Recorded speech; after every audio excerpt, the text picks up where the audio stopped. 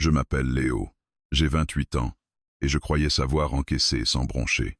Pourtant, ce lundi-là, quand j'ai tourné la clé dans la serrure de la maison de mes parents, j'ai senti mon estomac se nouer. Le même couloir étroit, la même odeur de café, le même miroir fendu près du porte-manteau. 4 ans que je n'avais pas dormi ici. La vérité, c'est que je revenais parce que j'avais échoué. Mon agence de communication, montée avec fierté et naïveté, avait tenu 3 mois. J'avais cru à la liberté, aux clients qui finiraient par voir mon talent. Puis les factures ont commencé à tomber, les promesses à se dissoudre, et je me suis mis à compter chaque dépense comme on compte les jours avant une mauvaise nouvelle. J'ai vendu mon matériel, rendu mon bureau, et j'ai fini par appeler mes parents avec une voix brisée.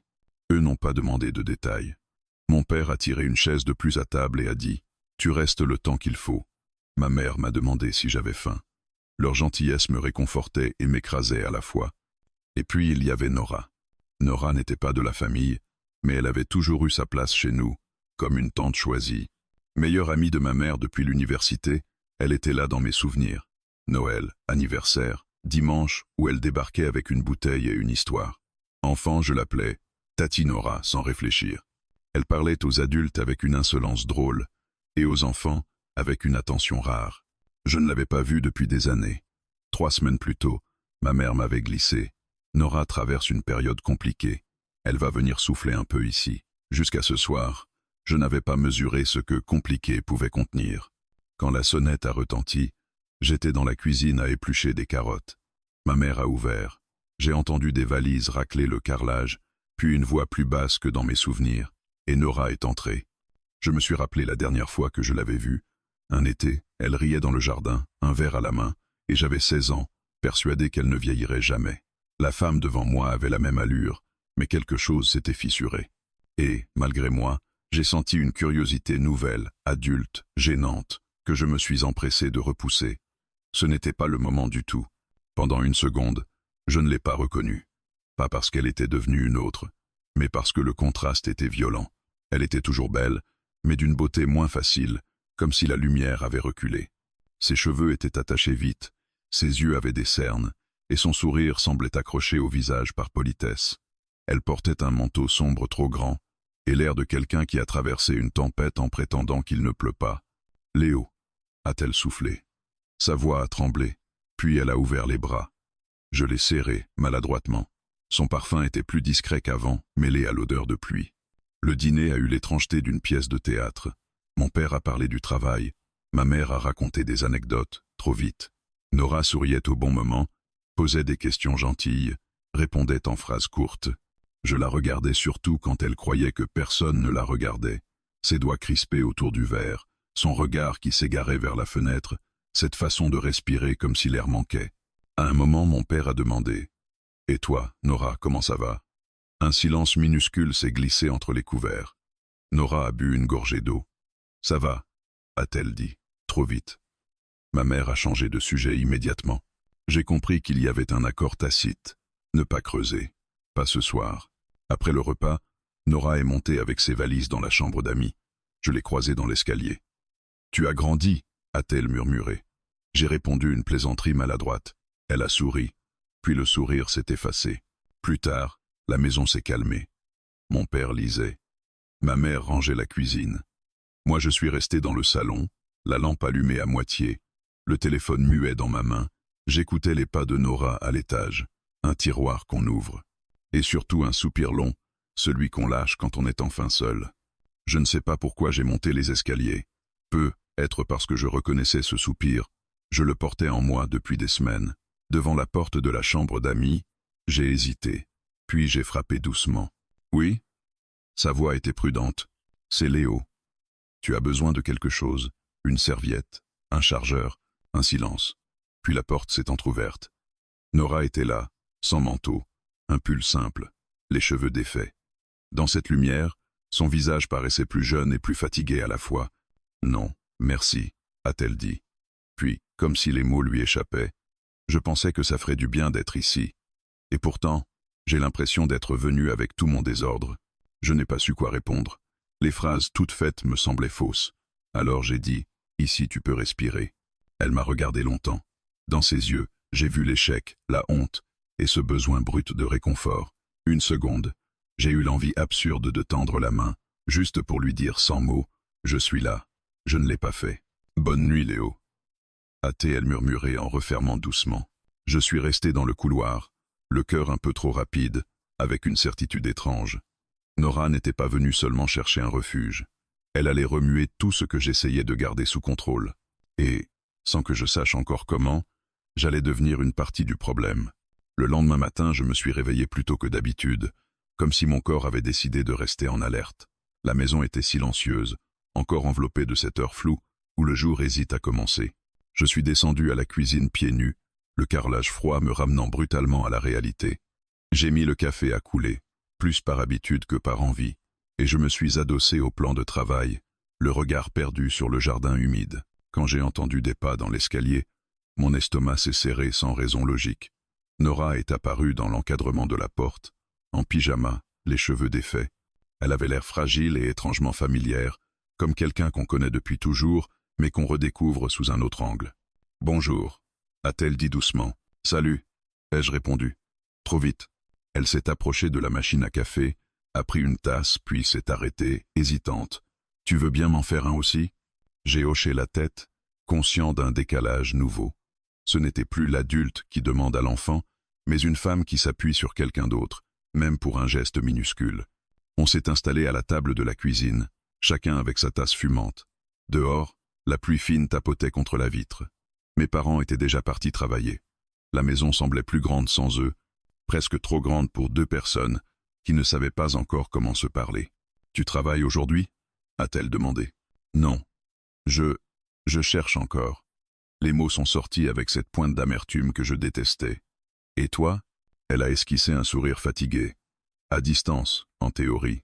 En pratique, j'ouvre des fichiers et je les ferme aussitôt. » Nous avons ri doucement, un rire de reconnaissance, celui des gens qui savent ce que c'est que de ne plus arriver à avancer. Le silence qui a suivi n'était pas lourd. Il était presque confortable, comme une couverture posée sur 2 épaules fatiguées. Les jours suivants se sont installés dans une routine étrange. Mes parents partaient tôt. Je passais mes matinées à envoyer des candidatures, à faire semblant d'avoir un plan. Nora descendait vers 10 heures, parfois plus tard. Elle s'installait dans le salon avec son ordinateur, ses écouteurs, et cette concentration de façade. On échangeait des banalités, puis chacun retournait à son îlot de solitude. Mais peu à peu, ces îlots se sont rapprochés. Un matin, elle m'a demandé si je pouvais l'aider à déplacer une étagère dans la chambre d'amis. Une autre fois, c'est moi qui lui ai demandé son avis sur une candidature. Ces prétextes minuscules devenaient des ponts, des occasions de parler sans avoir l'air d'y tenir. Elle m'a raconté son échec par fragments, jamais d'un bloc. Une phrase par-ci, un soupir par-là, un projet qui n'avait pas abouti, une équipe qui s'était dissoute, des promesses non tenues. Elle disait « on » quand elle parlait d'elle, comme si se diluer dans le collectif rendait la chute moins douloureuse. Je reconnaissais ce mécanisme. Je faisais pareil. Un après-midi, la pluie s'est transformée en orage. Le ciel s'est assombri d'un coup, et le tonnerre a fait vibrer les vitres. Nora est apparue dans l'embrasure du salon. « Tu as peur des orages ?» a-t-elle demandé, presque timidement. « Non », ai-je répondu. « Et toi ?» Elle a haussé les épaules. « Avant non. Maintenant, je ne sais pas. » Nous nous sommes assis sur le canapé, chacun à une extrémité. La télévision diffusait un vieux film qu'aucun de nous ne regardait vraiment. Le tonnerre a grondé de nouveau. Sans réfléchir, elle a rapproché ses jambes sous elle. Un geste instinctif, presque enfantin. J'ai senti une chaleur étrange me traverser, et j'ai déplacé mon bras pour lui laisser plus d'espace. Elle n'a pas reculé. « Tu sais », a-t-elle dit après un long silence, « je pensais que l'échec serait plus simple, que ça ferait mal, puis que ça passerait. Mais ce qui est le plus dur, c'est cette impression d'être devenu invisible. » Je me suis tourné vers elle. Son regard était fixé sur l'écran, mais je savais qu'elle ne voyait rien. Invisible comment? Comme si tout ce que j'avais construit ne comptait plus, comme si je n'étais plus que la somme de ce qui n'a pas marché. Ces mots ont frappé juste, trop juste. Je ressens la même chose. Ai-je avoué? J'ai l'impression que dès que quelqu'un me demande ce que je fais, je dois m'excuser d'exister. Elle m'a regardé alors, vraiment regardé. Pas avec la bienveillance distante d'une adulte envers un plus jeune, mais avec une attention égale. « Tu n'as pas à t'excuser », a-t-elle dit doucement. Quelque chose a changé à ce moment-là. Une ligne invisible a été frôlée. Je l'ai senti dans la façon dont l'air s'est épaissi, dans ce battement trop rapide de mon cœur. J'ai détourné les yeux, comme pour remettre de l'ordre. Les soirs sont devenus nos moments. Après le dîner familial, quand la maison se calmait, on restait parfois dans la cuisine à parler à voix basse, de tout et de rien, des films qu'on aimait, de la musique qu'elle écoutait quand elle avait mon âge. Elle me parlait sans condescendance, sans nostalgie excessive, comme si le temps s'était mis à plat entre nous. Un soir, elle a ri, en se souvenant d'une anecdote ancienne. Tu te rappelles quand tu avais renversé du jus d'orange sur le tapis du salon? Tu étais persuadé que ta mère allait te gronder, et tu t'étais caché derrière moi. J'ai souri. Tu avais dit que c'était toi. Oui, a-t-elle répondu. Je n'aimais pas l'idée que tu aies peur. Cette phrase est restée suspendue. Elle avait changé de sens, sans qu'on le veuille. J'ai senti un frisson me parcourir, pas de désir, pas encore, mais une reconnaissance troublante. Elle me voyait, et je la voyais. Les limites existaient toujours. Je les sentais comme des murs fragiles. Mais chaque conversation, chaque silence partagé, les rendait un peu plus fins, un peu plus transparents. Je savais que quelque chose se construisait, lentement, sans bruit. Une proximité qui n'avait rien de physique, mais qui engageait déjà beaucoup trop. Un soir, alors que je montais me coucher, j'ai entendu Nora pleurer dans sa chambre. Pas des sanglots bruyants, juste ce son étouffé qu'on fait quand on ne veut pas déranger. Je me suis arrêté devant sa porte, la main levée, incapable de frapper. Je suis redescendu dans ma chambre, le cœur serré, avec cette pensée obsédante. Elle cherchait du réconfort, et je devenais celui vers qui elle se tournait. Je ne savais pas encore ce que ça signifiait. Je savais seulement que ce lien, né de deux solitudes, était en train de dépasser ce que je pouvais contrôler. Les jours suivants ont pris une couleur étrange, comme si tout était légèrement décalé. Rien n'avait changé en apparence. Les mêmes matinées silencieuses, le café partagé, les parents qui partaient travailler, la pluie qui revenait par vagues. Et pourtant, je sentais une tension nouvelle, un fil invisible tendu entre Nora et moi. Chaque fois que nos regards se croisaient, il y avait ce bref instant où aucun de nous ne savait quoi faire de ce qu'il ressentait. Je faisais semblant de ne rien voir. C'était plus simple ainsi. Je me répétais que Nora était vulnérable, qu'elle avait besoin d'un appui, pas d'une complication. Je me disais aussi que j'étais le dernier des choix raisonnables, un type en reconstruction, sans situation stable, logeant encore chez ses parents. Rien qui inspire la sécurité. Pourtant, ces arguments perdaient de leur force à mesure que le quotidien nous rapprochait. Un après-midi, ma mère m'a demandé d'aller chercher du pain.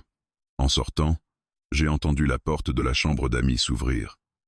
Nora m'a rejoint dans l'entrée, un foulard autour du cou. « Je viens avec toi », a-t-elle dit. Ce n'était pas une question. J'ai hoché la tête, surpris par l'élan simple de sa décision. Dehors, l'air était froid et clair. On marchait côte à côte sans se toucher, mais je sentais sa présence comme une chaleur diffuse. Elle parlait de choses anodines, la boulangerie qu'elle aimait autrefois, une série qu'elle avait commencée sans la finir. Je répondais distraitement, trop occupé à observer la façon dont elle marchait, les mains dans les poches, le pas un peu ralenti. À la boulangerie, la vendeuse nous a souri avec cette familiarité qu'on réserve aux couples. « Bonjour à vous deux », a-t-elle dit. J'ai senti Nora se raidir imperceptiblement. Elle a souri poliment, mais ses épaules se sont tendues. Une fois dehors, elle a lâché un rire nerveux.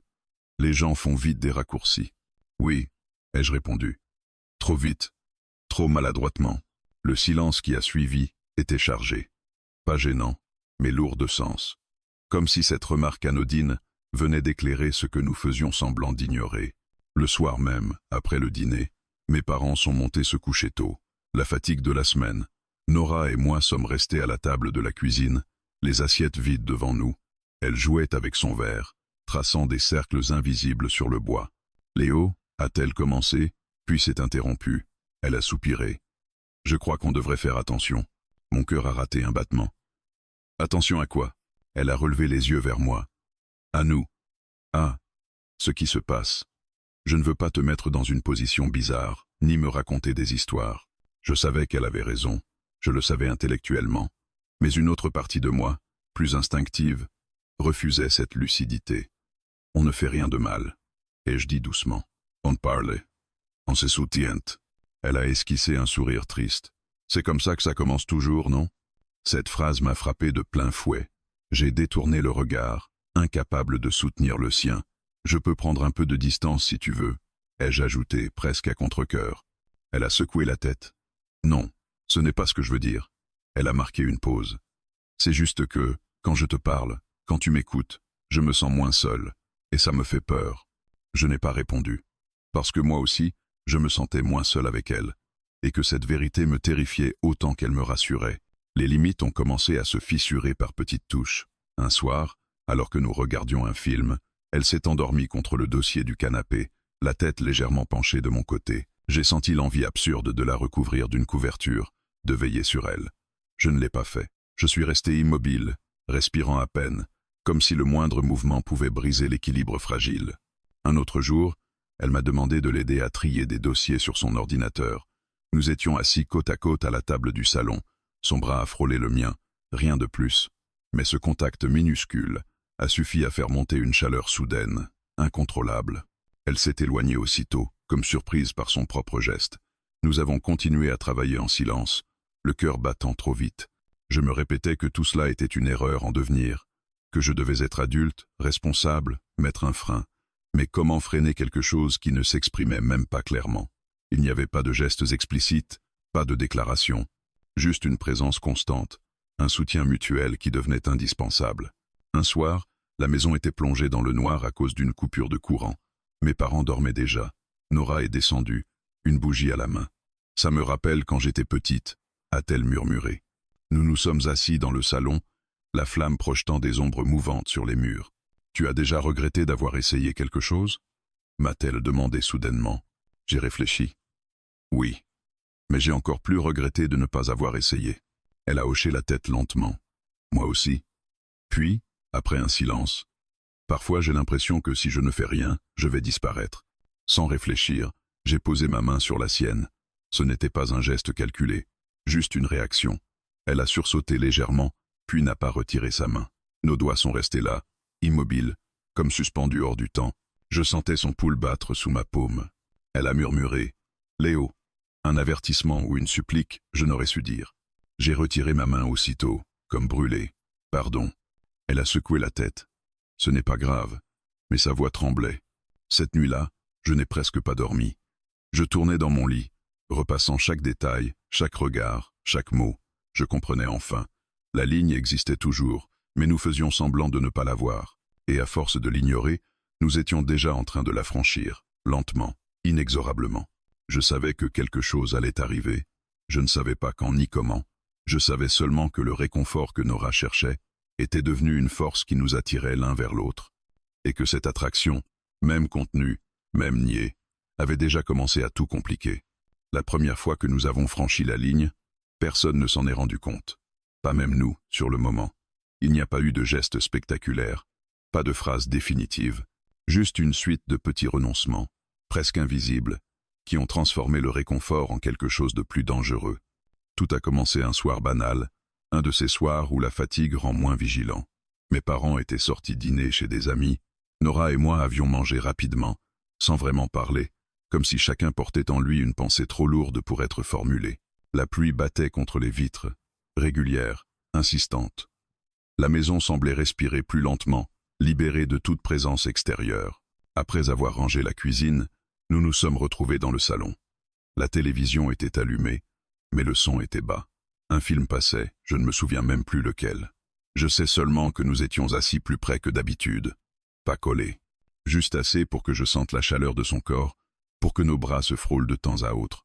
Nora avait replié ses jambes sous elle, comme elle le faisait souvent quand elle cherchait à se protéger. Elle regardait l'écran sans vraiment le voir. Je sentais que quelque chose la travaillait. « Léo » a-t-elle murmuré. J'ai tourné la tête vers elle. « Oui ?» Elle a hésité, puis a parlé d'une voix basse, presque honteuse. « Est-ce que tu crois que je m'appuie trop sur toi ?» La question m'a pris de court. J'ai ouvert la bouche, puis je l'ai refermée. J'aurais dû répondre avec prudence. J'aurais dû poser une limite claire. Au lieu de ça, j'ai dit la vérité, celle qui me semblait la plus simple à ce moment-là. « Tu ne m'embarrasses pas. » Elle a souri faiblement. Ce n'est pas ce que j'ai demandé. Le silence est tombé entre nous. Je sentais mon cœur battre trop fort. Peut-être, ai-je fini par dire. Mais moi aussi, je m'appuie sur toi. Elle a baissé les yeux. Ce n'est pas très sain, non? Deux personnes qui vont mal. Peut-être, ai-je répété. Mais ça ne veut pas dire que c'est faux. Elle a levé la tête vers moi. Son regard était troublé, intense. J'ai senti une tension presque physique nous relier, comme un fil trop tendu.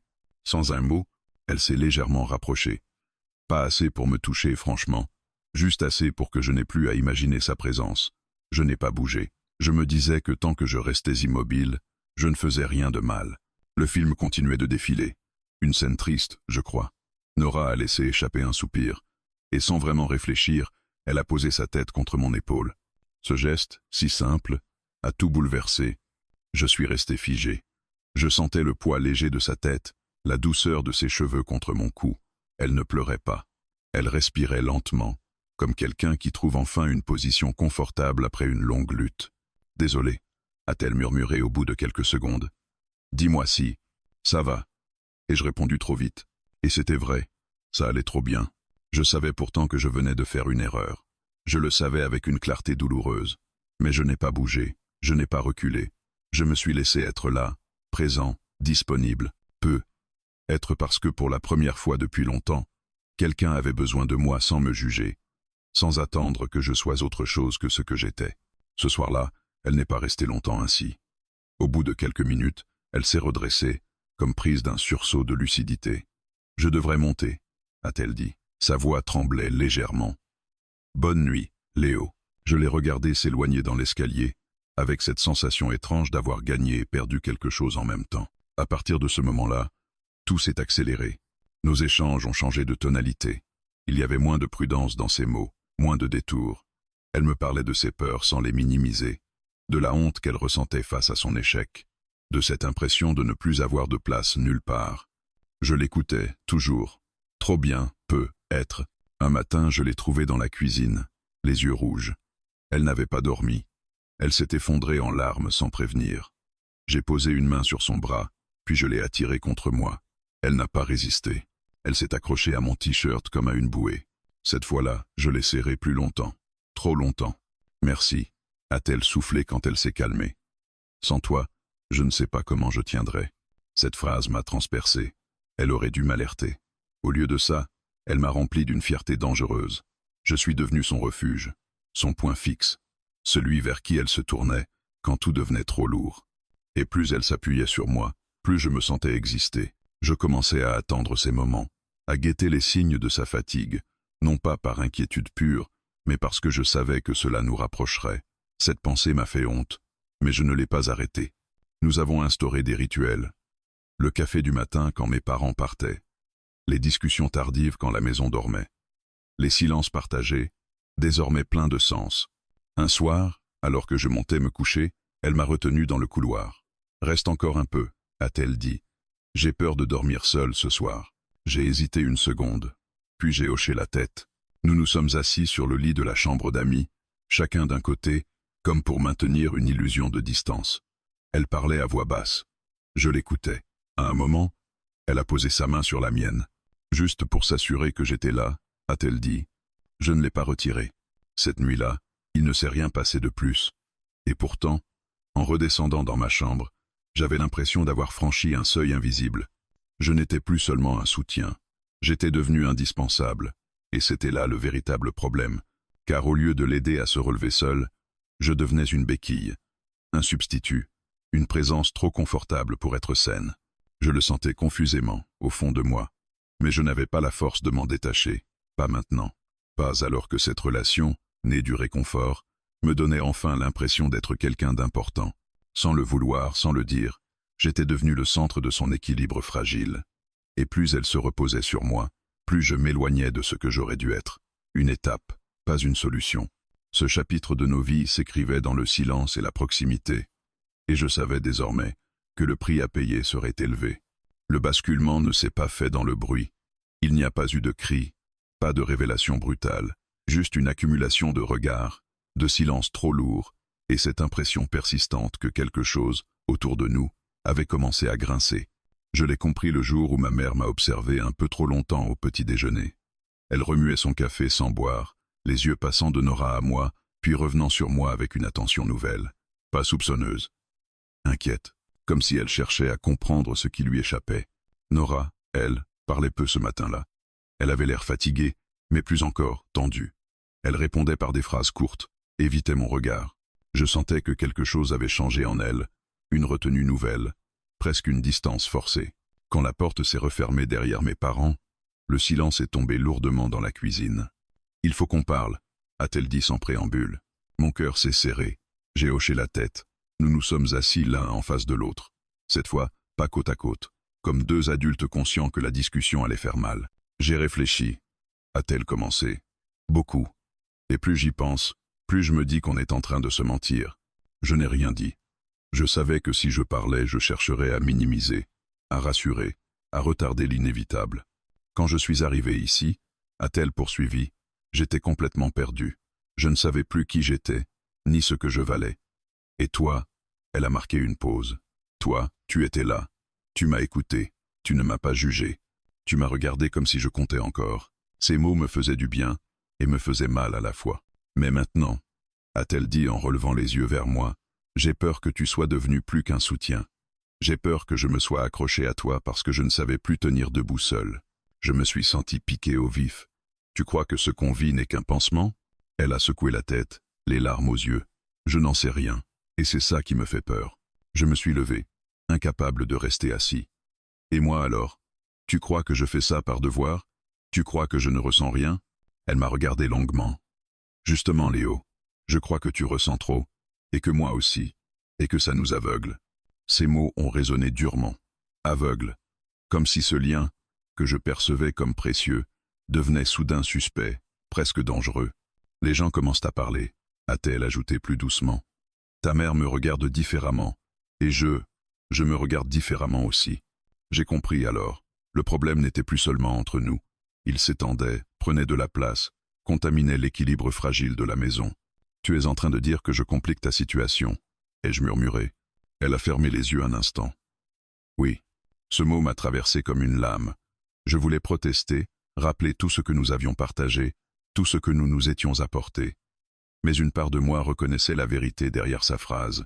Quand je vais mal, a-t-elle continué, je pense à toi avant de penser à moi. Je me demande ce que tu dirais, ce que tu ferais. Et ce n'est pas juste pour toi, ni pour moi. Je me suis senti soudain coupable. Coupable d'avoir aimé cette dépendance naissante. Coupable d'avoir apprécié d'être nécessaire. Et tu sais ce qui est pire, a-t-elle ajouté, c'est que je ne t'en veux même pas. Je m'en veux à moi. Un silence pesant s'est installé. J'entendais le tic-tac de l'horloge, le bruit lointain d'une voiture dans la rue. Le monde continuait pendant que le nôtre se fissurait. Alors quoi? Ai-je fini par demander. Tu veux qu'on arrête de se parler? Elle a levé les yeux vers moi, surprise. Non, je ne veux pas te perdre. Sa voix s'est brisée, mais je ne veux pas non plus te transformer en problème à résoudre. Je me suis rassis lentement. Peut être que je suis déjà devenu le problème, ai-je dit, plus pour moi que pour elle. Elle n'a pas contredit. Les jours qui ont suivi ont été étranges, presque irréels. Nous étions toujours dans la même maison, mais quelque chose s'était déplacé. Elle faisait des efforts visibles pour reprendre de la distance. Elle sortait seule, parlait au téléphone dans le jardin, s'enfermait plus longtemps dans sa chambre. Et moi, je ressentais un vide brutal, comme un sevrage. Je me suis surpris à guetter le moindre signe de faiblesse chez elle, avant de m'en vouloir aussitôt. Je ne voulais pas être celui qui profite, celui qui maintient l'autre dans la fragilité pour exister. Un soir, ma mère m'a pris à part. « Tu sais que Nora ne va pas très bien », a-t-elle dit doucement. « J'espère que tu fais attention à elle. » Ces mots, prononcés sans accusation, m'ont fait plus mal que n'importe quel reproche. J'ai compris que, malgré mes intentions, je marchais sur un terrain miné. Ce même soir, Nora est venue me voir dans ma chambre. Elle n'est pas entrée tout de suite. Elle est restée sur le seuil, comme une invitée hésitante. « Je crois que je devrais partir quelques jours », a-t-elle dit. « Aller chez une amie, prendre du recul. » Mon premier réflexe a été de refuser, de dire que ce n'était pas nécessaire. Mais je me suis tu. « Tu penses que ça nous aidera ?» ai-je demandé. Elle a haussé les épaules. « Je pense que ça m'aidera à savoir si je peux tenir sans toi. Et si toi, tu peux me laisser faire. » Cette phrase m'a confronté à une vérité inconfortable. Aimer, parfois, c'est accepter de devenir inutile. Je l'ai regardée préparer sa valise le lendemain. Chaque vêtement qu'elle pliait semblait emporter un morceau de notre proximité. Quand elle est partie, la maison m'a paru immense, vide. Je me suis retrouvé face à moi-même, sans ce rôle de soutien qui me donnait une raison d'être. Et j'ai compris, avec une lucidité douloureuse, que je m'étais glissé trop facilement dans la position de celui qui sauve, sans me demander si l'autre voulait vraiment être sauvé. Elle cherchait du réconfort après l'échec. Et moi, à force de vouloir être là, j'étais devenu un obstacle sur son chemin de reconstruction. Le problème. Et pour la première fois, j'ai envisagé que la seule façon de réparer ce que nous avions abîmé serait être d'accepter de la laisser partir, même si cela signifiait perdre ce qui m'avait fait me sentir vivant. Le silence qui a suivi son départ a été plus violent que je ne l'aurais cru. La maison n'était pas vraiment vide, mes parents y vivaient toujours, les objets n'avaient pas bougé, les habitudes non plus, et pourtant, quelque chose manquait, comme si l'air avait changé de densité. Les premières heures, j'ai erré d'une pièce à l'autre, incapable de me poser. Je regardais mon téléphone sans raison, avec cette attente absurde qu'un message apparaisse pour annuler l'absence. Les jours ont passé lentement. J'ai repris une routine artificielle, candidature le matin, sport l'après-midi, lecture le soir. Je me forçais à ne pas penser à Nora, à ne pas interpréter chaque bruit comme un retour. C'était un effort conscient, presque physique. Et dans ce silence imposé, j'ai commencé à entendre autre chose que le manque, mes propres questions. Je me suis rendu compte à quel point j'avais aimé être nécessaire. Pas aimer Nora seulement, même si cette part-là était réelle, mais aimer être celui qui répare, qui apaise, qui donne un sens aux fissures de l'autre. C'était flatteur et dangereux. Je me demandais quand cette envie avait pris le dessus sur le respect de son chemin à elle. Quand j'avais cessé d'être une présence pour devenir une solution. Un soir, ma mère m'a demandé des nouvelles de Nora. J'ai répondu qu'elle prenait du temps pour elle. Elle a hoché la tête, comme si elle comprenait plus que je ne le pensais. C'est bien, parfois, de se retrouver seule, a-t-elle dit. Elle n'a rien ajouté. Je n'ai rien demandé. Au bout d'une semaine, Nora m'a écrit. Un message simple. J'espère que tu vas bien. Je suis chez une amie. J'essaie de faire le tri. J'ai mis longtemps à répondre. J'ai effacé plusieurs versions avant d'envoyer. Je vais bien. Prends le temps qu'il te faut. C'était vrai. Et ça m'a surpris. Nous avons échangé ainsi pendant quelques jours. Peu. Sans émotion excessive. Des nouvelles factuelles presque sages. Chaque message me rassurait et me frustrait à la fois. Je sentais que quelque chose se replaçait, doucement, comme un meuble qu'on remet droit après l'avoir déplacé trop vite. Puis un après-midi, elle m'a proposé de se voir. Juste pour parler, a-t-elle précisé. Nous avons choisi un café à l'écart, loin de la maison, loin des regards familiers. Quand je l'ai vue arriver, j'ai senti mon cœur accélérer, puis se calmer. Elle avait l'air différente, plus posée, plus droite, toujours fragile. Mais autrement, nous nous sommes assis face à face. Pendant quelques secondes, aucun de nous n'a parlé. Il n'y avait plus cette urgence qui nous poussait à combler les silences. C'était nouveau et apaisant. Merci de m'avoir laissé de l'espace, a-t-elle dit enfin. Ce n'était pas facile, mais c'était nécessaire. J'ai hoché la tête. Pour moi aussi. Elle a souri légèrement. J'ai réalisé quelque chose. Quand je suis arrivé chez tes parents, j'étais persuadé que j'avais besoin de quelqu'un pour tenir. En réalité, j'avais surtout besoin de croire que je pouvais tenir sans me dissoudre. Ces mots n'étaient pas une accusation, plutôt un constat lucide. Et toi, a-t-elle demandé. J'ai réfléchi. J'ai compris que j'avais confondu aider et exister, que je m'étais accroché à ce rôle parce qu'il me donnait une valeur immédiate. Elle m'a regardé attentivement. Tu as été important pour moi. Vraiment. Mais je ne veux pas que tu sois la raison pour laquelle je vais mieux. Je veux que tu sois quelqu'un avec qui je choisis d'être bien. Cette phrase a tout changé. Elle n'effaçait pas ce que nous avions vécu, elle le redéfinissait. Nous avons parlé longtemps, de ses projets, de ce qu'elle voulait reconstruire seule, de mes envies, de ce que je voulais faire sans me cacher derrière l'aide aux autres. Il n'y avait plus de tension, plus de peur, juste une honnêteté nue. Quand nous nous sommes levés pour partir, elle a hésité, puis m'a pris dans ses bras, une étreinte simple, sans ambiguïté. J'ai senti quelque chose se dénouer en moi, une paix que je n'avais pas connue depuis longtemps. Les semaines suivantes ont été différentes. Nora n'est pas revenue vivre chez mes parents. Elle a trouvé un petit appartement non loin, repris un travail à temps partiel. Nous nous voyons parfois, sans urgence, sans dépendance. Elle allait bien, vraiment. Et moi aussi, à ma façon. J'ai commencé une formation, trouvé un rythme qui m'appartenait. Je me sentais moins pressé de prouver quoi que ce soit, plus ancré, plus responsable de mes choix. Un soir, nous nous sommes retrouvés dans un parc, assis sur un banc. Le soleil se couchait, lentement. Tu sais, a-t-elle dit, je ne regrette pas ce qui s'est passé, même les moments confus. Ils m'ont appris quelque chose sur moi. À moi aussi. Ai-je répondu. Elle a souri. L'échec m'a forcé à demander du réconfort. Toi, tu m'as montré que je pouvais le recevoir sans m'y perdre. Et que parfois, le plus grand soutien, c'est de savoir quand se retirer. Je l'ai regardée, et j'ai su qu'elle avait raison.